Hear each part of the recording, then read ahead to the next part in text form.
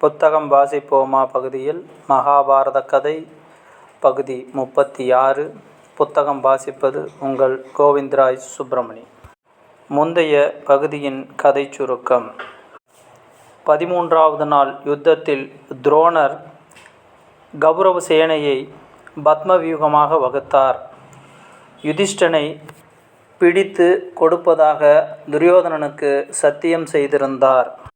பாண்டவர்களில் அர்ஜுனனை தவிர பத்மவியூகத்தை பிளந்து செல்லக்கூடிய ஆட்கள் யாரும் இல்லாததால் அர்ஜுனனுக்கும் சுபத்திரைக்கும் பிறந்த குமாரனான அபிமன்யுவை தர்மபுத்திரன் அழைத்து பத்மவியூகத்தை பிளந்து வழி ஏற்படுத்தச் சொன்னார்.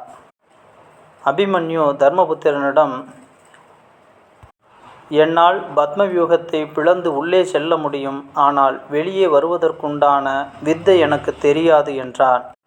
பத்மவியூகத்தை பிளந்து நீ உள்ளே செல், உன் பின்னாலேயே மற்ற பாண்டவர்களும் உள்ளே நுழைந்து உனக்கு அரணாக இருப்பார்கள் என்று சொன்னான். அபிமன்யு பத்மவியூகத்தை பிளந்து உள்ளே நுழைந்ததும் ஜெயத்ரதன் பத்மவியூகத்தை அடைத்து விட்டான். பாலனான அபிமன்யுவை 6 மகாரதர்கள் சேர்ந்து தாக்கினார்கள்.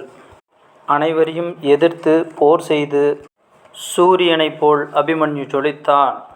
பிறகு சூழ்ச்சியால் அபிமன்யுவை வதம் செய்தார்கள். தெற்கே சம்சப்தர்களிடம் யுத்தம் செய்து வெற்றி பெற்று திரும்பிய அர்ஜுனன் தனது மகன் அபிமன்யு இறந்த செய்தியை கேட்டு மிகுந்த துக்கமடைந்து அபிமன்யு இறந்ததற்கு காரணமான ஜெயத்ரதனை நாளைய சூரிய அஸ்தமனத்திற்குள் கொல்வேன் என சபதம் செய்தான். அடுத்த தலைப்பு சிந்துராஜன்.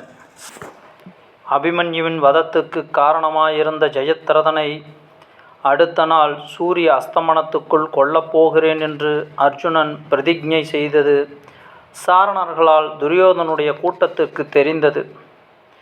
விருத்திரக்ஷன் என்பவன் பிரசித்தி பெற்ற சிந்துராஜன் பெரும் தவம் செய்து ஜெயத்ரதனை புத்திரனாக அடைந்தான்.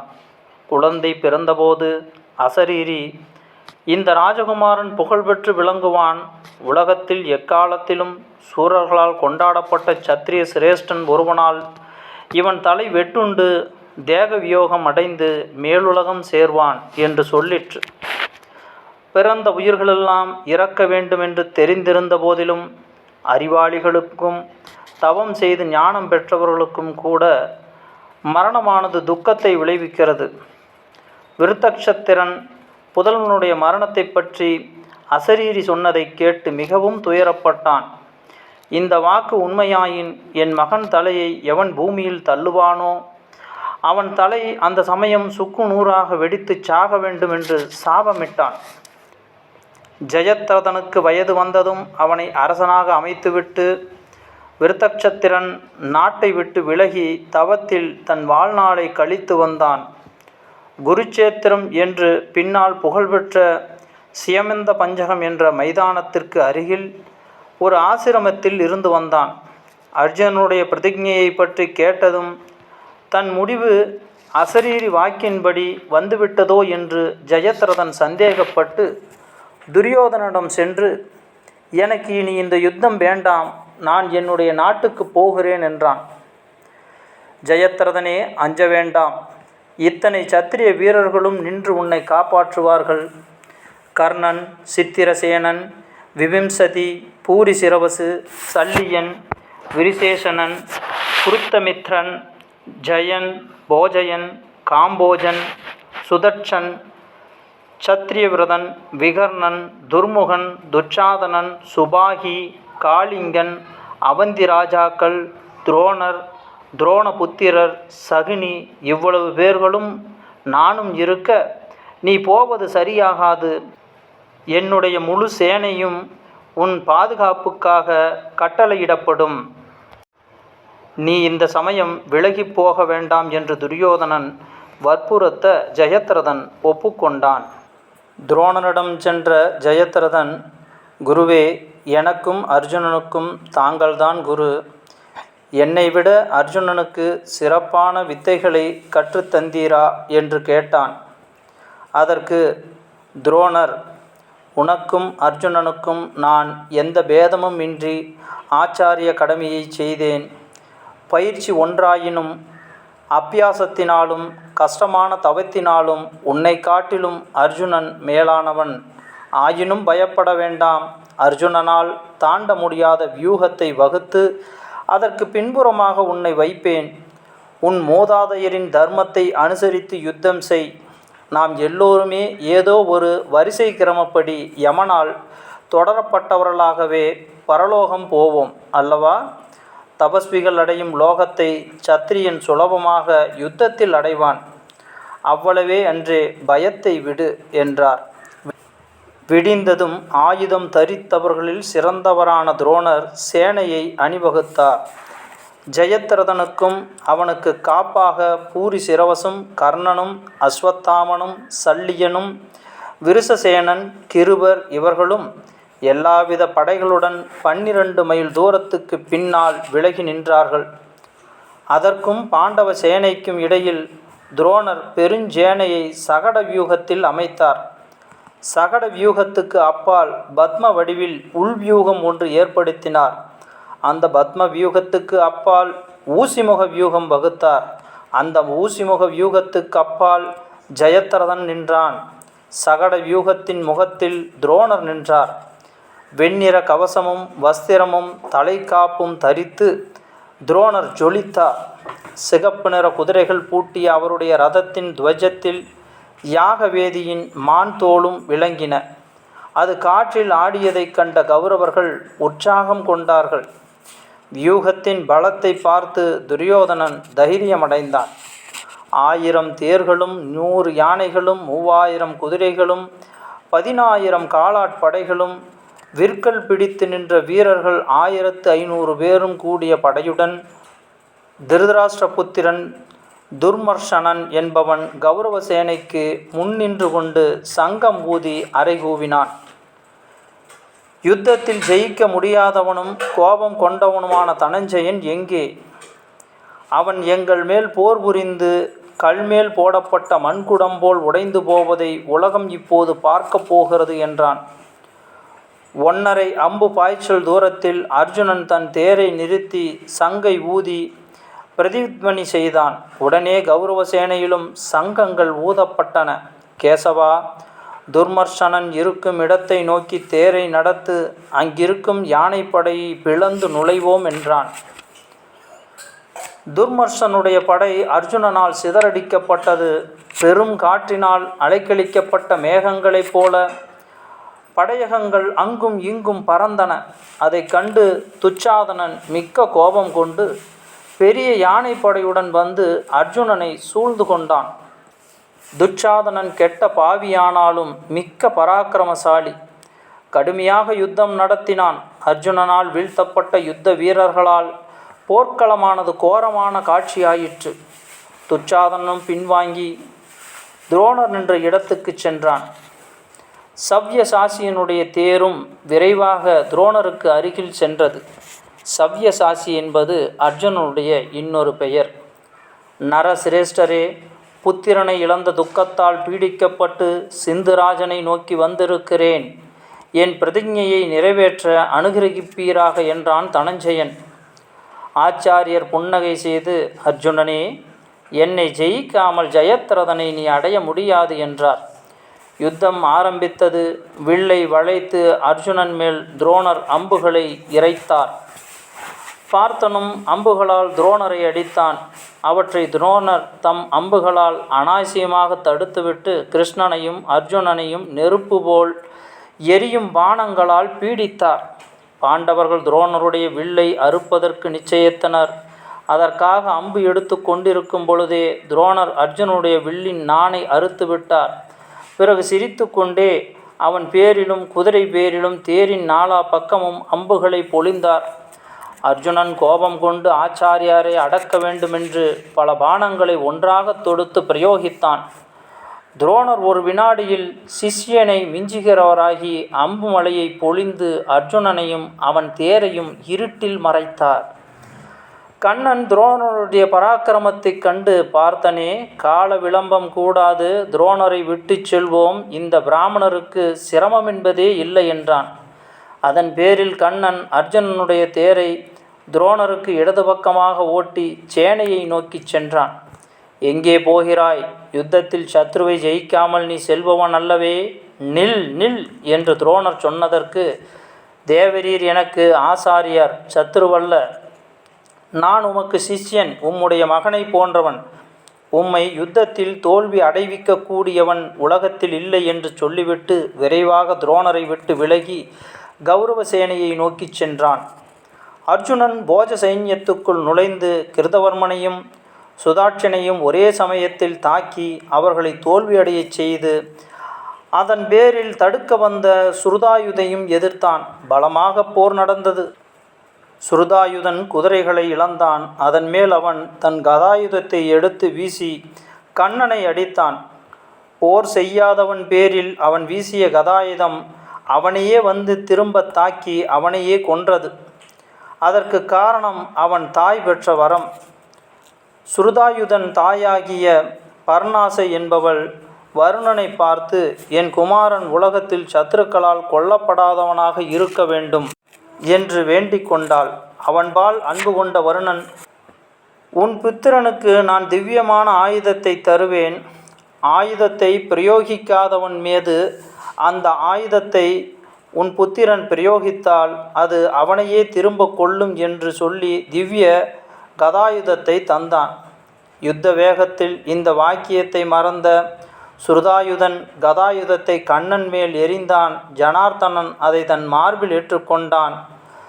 மந்திர தவறு ஏற்பட்டதால் மந்திரவாதியின் வசத்திலிருந்த பிசாசு அவனையே கொள்வது போல் அந்த கதாயுதம் திரும்பிச் சென்று வீரனான சுருதாயுதனை கொன்றது. காற்றினால் தள்ளப்பட்ட பெரிய மரம் போல் பூமியில் விழுந்தான். அதன் பிறகு காம்போஜராஜனான சுதக்ஷிணன் அர்ஜுனனை கடுமையாக எதிர்த்தான். அவனும் தேரிலிருந்து கவசம் உடைந்து மார்பில் அடிபட்டு உற்சவம் முடிந்தபின் கீழே தள்ளப்பட்ட இந்திரத்வஜத்தைப் போல் கைகளை விரித்து கொண்டு கீழே விழுந்தான். மிக்க வன்மை பொருந்திய வீரர்களான சுருதாயுதனும் காம்போஜனும் கொல்லப்பட்டதை கண்டு கௌரவசேனை குழப்பமடைந்தது.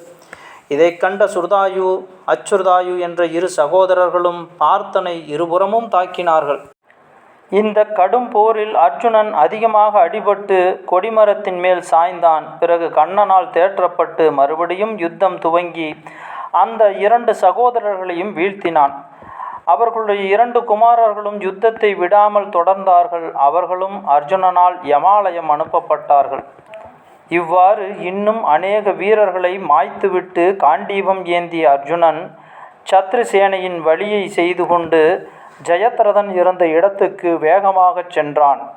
அடுத்த தலைப்பு, தான் பயிலாத கவசதாரணம். அர்ஜுனுடைய வெற்றியை பற்றி சஞ்சயன் சொன்னதை கேட்ட திருதராஷ்டிரன் புலம்பினான்.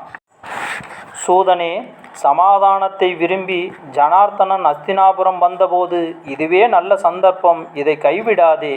சகோதரர்களுடன் சமாதானம் செய்துகொள்.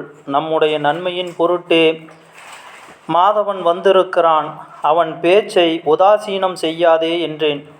துரியோதனன் என் யோசனையை நிராகரித்து விட்டான். கர்ணன், துச்சாதனன் இவர்கள் சொன்னதே அவனுக்கு இதமாக தோன்றியது. கால புருஷனால் தூண்டப்பட்டு நாசத்தை தேடிக்கொண்டான். துரோணரும் யுத்தம் வேண்டாம் என்றார். பீஷ்மரும் பூரிசிரவசும் கிருபரும் இன்னும் மற்றவர்களும் யுத்தம் வேண்டாம் என்றார்கள். மூர்க்கனான என் மகன் கேட்கவில்லை. பேராசையால் தூண்டப்பட்டு கெட்ட எண்ணமும் கோபமும் நிறைந்த மனநிலையில் சிக்கிக்கொண்டு யுத்தத்தை வரவழைத்து கொண்டான். சஞ்சயன் சொல்லலானான். தண்ணீர் போன பின் அணை கட்டுவது போல் இப்போது நீர் புலம்புவதில் என்ன பயன்? சூதாட்டத்திலிருந்து குந்தி புத்திரனை நீர் முதலிலேயே ஏன் விளக்கவில்லை? அவ்வாறு செய்திருந்தால் இந்த பெரும் துக்கம் வந்திருக்காது. பிறகும் யுத்தத்தை பற்றின பேச்சு வந்தபோது உம்முடைய குமாரனை நீர் தடுத்திருந்தீராகில் இந்த துக்கம் வந்திராது. பிதாவானவன் செய்ய வேண்டிய கடமையை செய்து மகனை அடக்கி இருந்தீராகில் இந்த பெரும் துயரம் உம்மை பீடித்திருக்காது. புத்திமான்களில் சிறந்தவரான நீர் உம்முடைய அறிவை தள்ளிவிட்டு கர்ணன், சகுனி இவர்களுடைய மூர்க்கத்தனமான யோசனையை அனுசரித்தீர். மாதவனும் யுதிஷ்டனும் துரோணரும் இப்போது உம்மை முன்பு போல் மதிக்கவில்லை. பேராசை கொண்டவர் என்றும் வாயினால் மட்டும் தர்மம் பேசுபவர் என்றும் வாசுதேவன் உம்மை அறிந்து கொண்டான். சத்திரிய தர்மத்தின்படி சூரர்களால் எவ்வளவு செய்ய முடியுமோ அவ்வளவும் இப்போது கௌரவர்கள் செய்து வருகிறார்கள். நீர் அவர்களை நிந்திப்பது தகாது. உயிரை அலட்சியம் பண்ணி போர் செய்கிறார்கள். அர்ஜுனனும் கிருஷ்ணனும் சாத்யகியும் பீமனும் நடத்தும் யுத்தத்தில் அவர்களை எதிர்த்து நிற்க இவர்களுக்கு பலம் போதாது. ஆயினும் எவ்வளவு செய்வதற்கு சாத்தியமோ அவ்வளவும் உம்முடைய மகன் துரியோதனன் செய்து வருகிறான். இப்போது அவனை நீர் நிந்திக்க வேண்டாம் என்றான். அப்பனே சஞ்சயா, நீ சொல்வது சரியென்றே ஒப்புக்கொள்கிறேன். விதியை யாரும் விளக்க முடியாது. நடந்ததையெல்லாம் சொல்லு. நல்லதாயினும் சரி, துக்க சமாச்சாரமாயினும் சரி, எல்லாவற்றையும் நடந்தவாறு சொல் என்று துயரத்தில் மூழ்கி துடித்து கொண்டிருந்த கிழ அரசனான திருதராஷ்டிரன் சஞ்சயன் சொல்வதை கேட்கலானான். அர்ஜுனனுடைய தேர் சிந்துராஜனை நோக்கி செல்வதை பார்த்து துரியோதனன் தாங்க முடியாத துயரமடைந்து துரோணரிடம் விரைவாக போனான். பெரிய சேனையை பிளந்து கொண்டு அர்ஜுனன் பிரவேசித்து விட்டான். நம்முடைய தோல்வியை பார்த்து ஜெயத்ரதனுடைய காப்புக்காக நிற்கும் வீரர்கள் தைரியம் இழப்பார்கள். துரோணரை கடந்து அர்ஜுனன் செல்ல முடியாது என்று அரசர்கள் எல்லோரும் எண்ணியது பொய்யாகிவிட்டது. நீர் பார்த்து கொண்டிருக்கும் போதே தேரை ஓட்டிக்கொண்டு உம்மை தாண்டி போய்விட்டான். நீர் பாண்டவர்களுக்கு நன்மை செய்வதிலேயே விருப்பம் கொண்டிருக்கிறீர். என்னுடைய மனம் மிகவும் குழப்பமடைந்திருக்கிறது. உமக்கு நான் என்ன பிழை அல்லது குறை செய்தேன்? என்னை ஏன் கைவிடுகிறீர்? இது எனக்கு தெரியாதிருந்தால் நான் ஜெயத்ரதனை யுத்த பூமியில் நிறுத்தியிருக்கவே மாட்டேன். தன் தாய் நாட்டுக்கு திரும்பி போய்விடுவதாக சொன்ன அவனை நான் நிறுத்தியது பெரும் பிழையாகிவிட்டது. அர்ஜுனன் ஜெயத்ரதனை தாக்கினால் அவன் மீளமாட்டான். துயரத்தினால் பிதற்றுகிறான். என்னை மன்னிக்க வேண்டும். நீரே போய் சைந்தவனை காப்பாற்றும் என்று துரியோதனன் கதறினான். துரோணர் சொன்னார், அரசனே, தகாத வார்த்தைகளை நீ சொல்லிய போதிலும் உன் பேரில் கோபம் கொள்ளவில்லை. நீ எனக்கு குமாரனை போன்றவன். அஸ்வத்தாமன் எப்படியோ அப்படியே எனக்கு நீயும். நான் சொல்வதை செய். இதோ இந்த கவசத்தை பெற்றுக்கொள். இதை போர்த்தி கொண்டு நீயே அர்ஜுனனை தடுப்பாயாக. இவ்விடத்தை விட்டு நான் போகக்கூடாது. அதோ பார், பான சமூகங்கள் பாண்டவ சேனை நம்மை பலமாக தாக்கி வருகிறது. அர்ஜுனன் இல்லாமல் யுதிஷ்டன் தனியாக இருக்கிறான். இதற்காக அல்லவா இந்த ஏற்பாட்டை நாம் செய்தோம். அவனை நான் பிடித்து உனக்கு தர வேண்டியவனாக இருக்கிறேன். அதை விட்டு வல்குணனை துரத்தி கொண்டு நான் இப்போது போக முடியாது. வியூகத்தின் முகத்தை விட்டுவிட்டு நான் அர்ஜுனனை குறித்து சென்றேனானால் அனர்த்தம் நேரிடும். நான் போர்த்த கவசத்தை தரித்து கொண்டு செல். பயப்படாதே. நீ சூரன், சமர்த்தன். இந்த கவசத்தின் மேல் படும் ஆயுதம் உன்னை பாதிக்காது. மந்திர சக்தி பொருந்திய இந்த கவசம் உன் தேகத்தை காப்பாற்றும். பிரம்மதேவனிடம் இந்திரன் கவசம் பெற்று போருக்கு சென்றது போல் திவ்ய மந்திர கவசம் என்னால் பூட்டப்பட்டு நீ செல்வாயாக. உனக்கு மங்களம் என்றார். திவ்ய கவசம் அணிந்த துரியோதனனும் ஆச்சாரியார் சொன்னபடியே பெருஞ்சேனையுடன் தைரியமாக அர்ஜுனனை நோக்கி சென்றான். அர்ஜுனன் கௌரவ சேனையை தாண்டி வெகு தூரம் சென்றான். குதிரைகளும் களைப்பு அடைந்திருப்பது கண்டு தேரை நிறுத்தி குதிரைகளை அவிழ்த்து இளைப்பாறச் செய்ய கருதினான்.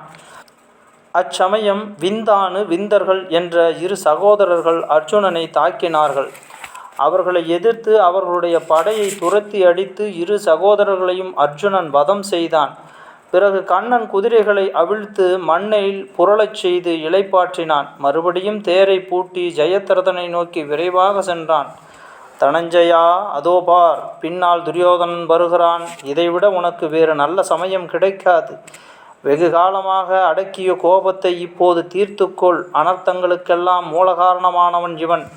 இப்போது உன் பானங்களுக்கு இலக்காக வந்திருக்கிறான். இவன் நல்லதோர் வீரன். தூரத்திலிருந்து தாக்கும் சாமர்த்தியம் கொண்டவன். பெரிய வில்லை வளைப்பவன். அஸ்திர தேர்ச்சி பெற்றவன். யுத்தத்தில் புகழ் கொண்டவன். உறுதியான தேகம் படைத்தவன். மிக்க பலசாலி. நமது பகைவன் என்று கிருஷ்ணன் அர்ஜுனனுக்கு தூரத்தில் வந்து கொண்டிருந்த துரியோதனனை காட்டினான். அதன் மேல் கண்ணன் தேரை திருப்பி துரியோதனனை நோக்கி தேரை செலுத்தினான். துரியோதனன் பயப்படவில்லை. ஜனங்கள் எல்லோரும் நீ பெருங்காரியங்கள் செய்திருப்பதாக சொல்கிறார்கள். நான் நேரில் பார்த்ததில்லை. உன்னுடைய புகழுக்கு காரணமான பராக்கிரமத்தை இப்போது பார்க்கலாம், காண்பிப்பாயாக என்று துரியோதனன் அர்ஜுனனை பார்த்து சொன்னான். கடுமையாக போர் நடந்தது.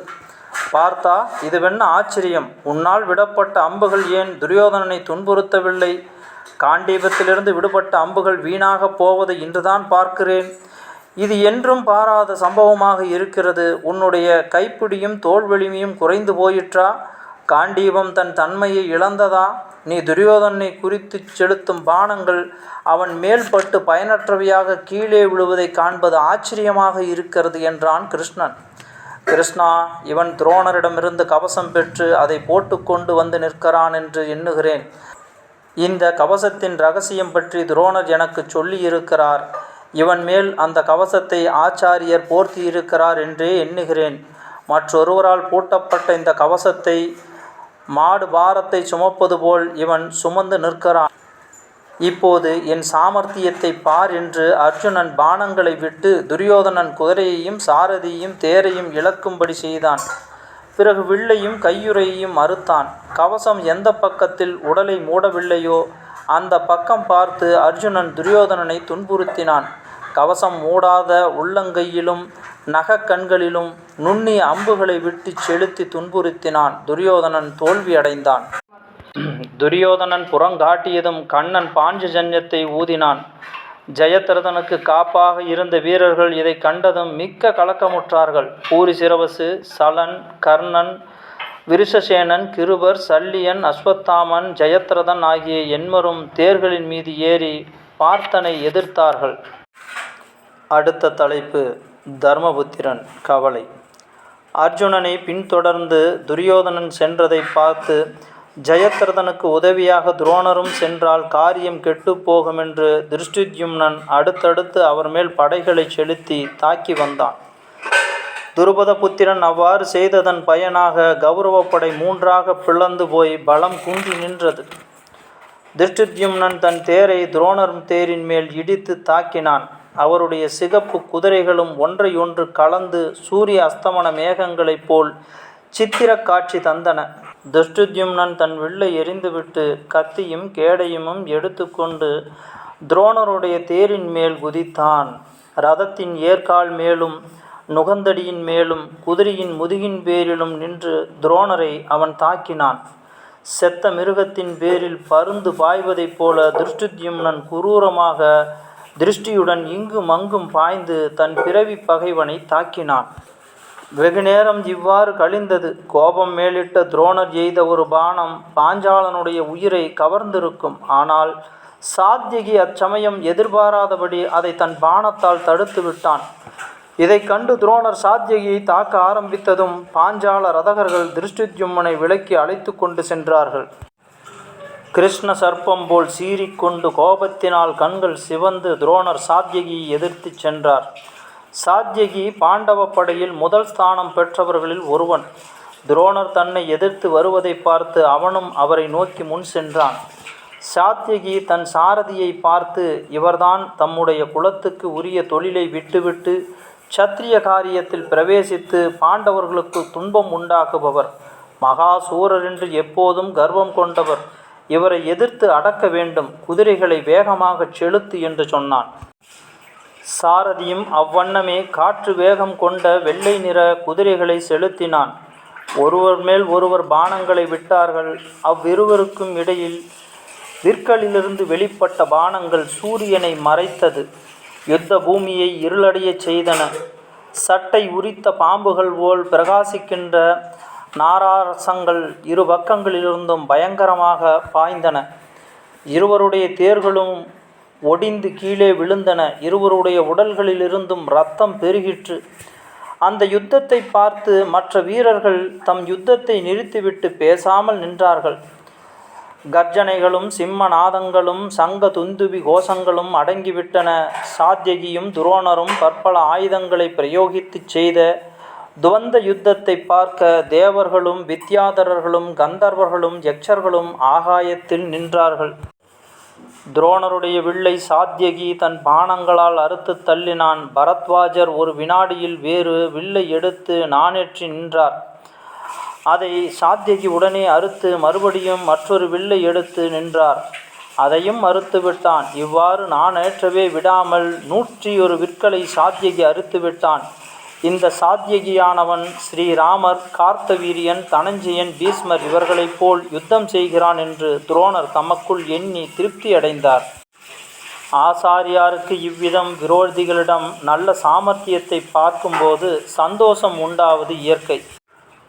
துரோணர் எந்த அஸ்திரத்தை பிரயோகம் செய்தாரோ அதே அஸ்திரத்தை அதே முறையில் சாத்யகி பிரயோகம் செய்வான். இவ்வாறு வெகு நேரம் கழித்த பின்னர் தனுர்வேதத்தில் கரைகண்ட துரோணாச்சாரியார் சாத்யகியை கொல்லும் பொருட்டு ஆக்னேயாஸ்திரத்தை தொடுத்தார். சாத்யகியும் உடனே அதை வெட்டும்படியான வருணாஸ்திரத்தை தாமதமின்றி பிரயோகித்தான். பின்பு வர வர சாத்யகியின் வலிமை தளர ஆரம்பித்தது. அதை கண்ட கௌரவர்கள் மகிழ்ச்சி அடைந்து கர்ஜித்தார்கள். சாத்யகி பீடிக்கப்படுகிறான் என்று தர்மபுத்திரன் அறிந்து அருகிலுள்ள வீரர்களை பார்த்து, உத்தமனும் வீரனும் சத்திய பராக்கிரமனுமான சாத்யகி துரோணரால் மிகவும் கொடுமையாக எதிர்க்கப்படுகிறான். உடனே அவன் இருக்குமிடம் செல்லுங்கள் என்றான். திருஷ்டித்யும்னனை பார்த்து, சீக்கிரம் சென்று துரோணரை தடுப்பாயாக. பிராமணர் சாத்யகியை கொன்று விடுவார். ஏன் நிற்கிறாய்? உடனே வேகமாக போய் சாத்யகி இருக்கும் இடம் சேர். துரோணரால் நமக்கு பெரிய பயம் நேரிட்டிருக்கிறது. சிறு பையன் பறவையை கயிற்றில் கட்டி விளையாடுவது போல் சாத்யகியுடன் துரோணர் செய்யும் யுத்தம் அவருக்கு விளையாட்டாக இருக்கிறது. அவனால் அவரை இனி எதிர்க்க முடியாது. நீ சீக்கிரம் போய் உதவி செய். மற்றவர்களையும் அழைத்துச் செல். தாமதம் செய்யாதே. அந்தகனுடைய பற்களுக்கு இடையில் சாத்யகி அகப்பட்டு கொண்டு இருக்கிறான் என்றான். படைகளெல்லாம் துரோணரை தாக்கவும் கட்டளையிட்டான். அனைவரும் கஷ்டப்பட்டு சாத்யகியை தப்புவித்தார்கள். அந்த சமயம் பாஞ்சஜன்யத்தின் ஒலி கேட்டது. யுதிஷ்டர் கவலையுற்றார். சாத்யகியே, பாஞ்சஜன்யம் மட்டும் ஒலிக்கிறது, காண்டீபத்தின் சப்தம் கேட்கவில்லை. பார்த்தனை பற்றி எனக்கு சந்தேகமாய் இருக்கிறது. ஜெயத்ரதனுக்கு துணையாக நிற்கும் வீரர்களால் அவன் சூழப்பட்டு ஆபத்தில் இருக்கிறான் என்றே தோன்றுகிறது. முன்பக்கத்தில் சைந்தவனுடைய சேனையும் பின்பக்கத்தில் துரோணருடைய பெருஞ்சேனையும் அர்ஜுனனுக்கு ஆபத்தை விளைவிக்கும்படியாக இருக்கின்றன. அர்ஜுனன் சூரியோதயத்தில் சத்ரு சேனையில் நுழைந்தான். இப்போது பகலில் பெரும்பாகம் கழிந்து விட்டது. பாஞ்சஜன்யம் மட்டும் ஒலிப்பதனால் தனஞ்சயன் மாண்டுவிட்டு வாசுதேவன் மட்டும் யுத்தம் செய்கிறானோ என்று சந்தேகப்படுகிறேன். சாத்யகி, உன்னால் செய்ய முடியாத காரியமில்லை. அர்ஜுனன் உனக்கு தோழனும் ஆச்சாரியனுமாவான். அவனுக்கு இப்போது நிச்சயமாக சங்கட நிலை ஏற்பட்டிருக்கிறது. சாத்யகி, தனஞ்சயன் உன்னை பற்றி என்னிடம் பல தடவை மிகவும் புகழ்ந்து பேசியிருக்கிறான். சாத்யகி போன்ற சத்திய பராக்கிரமன் வேறொருவன் இல்லை என்று வனவாசத்தில் இருக்கும்போதே சொன்னான். அதோ பார், யுத்தத்தினால் கிளம்பிய புழுதி அர்ஜுனன் சத்துருக்களால் சூழப்பட்டிருக்கிறான் என்பது நிச்சயம். ஜெயத்ரதன் மகாசூரன். அவன் விஷயத்தில் உயிரை விட துணிந்த பல வீரர்களும் அவனுக்கு துணையாக இருக்கிறார்கள். உடனே போ என்று படபடப்புடன் தர்மபுத்திரன் சொன்னான். இப்படி மிகவும் வற்புறுத்தப்பட்டவனாகிய சாத்யகி, தர்மத்தினின்று தவறாதவரே, உம்முடைய கட்டளையை நான் தலைமேல் வகிப்பேன். தனஞ்சயனுக்காக நான் எதைத்தான் செய்ய மாட்டேன். அவன் விஷயத்தில் என் உயிரும் எனக்கு ஒரு பொருள் ஆகாது. உம்மால் ஏவப்பட்டால் நான் தேவர்களையும் எதிர்த்து போர் புரிவேன். ஆனால் எல்லா விஷயம் அறிந்த வாசுதேவனும் அர்ஜுனனும் என்னிடம் சொல்லிப்போனதை தேவரீரிடம் ஞாபகம் செய்து கொள்கிறேன்.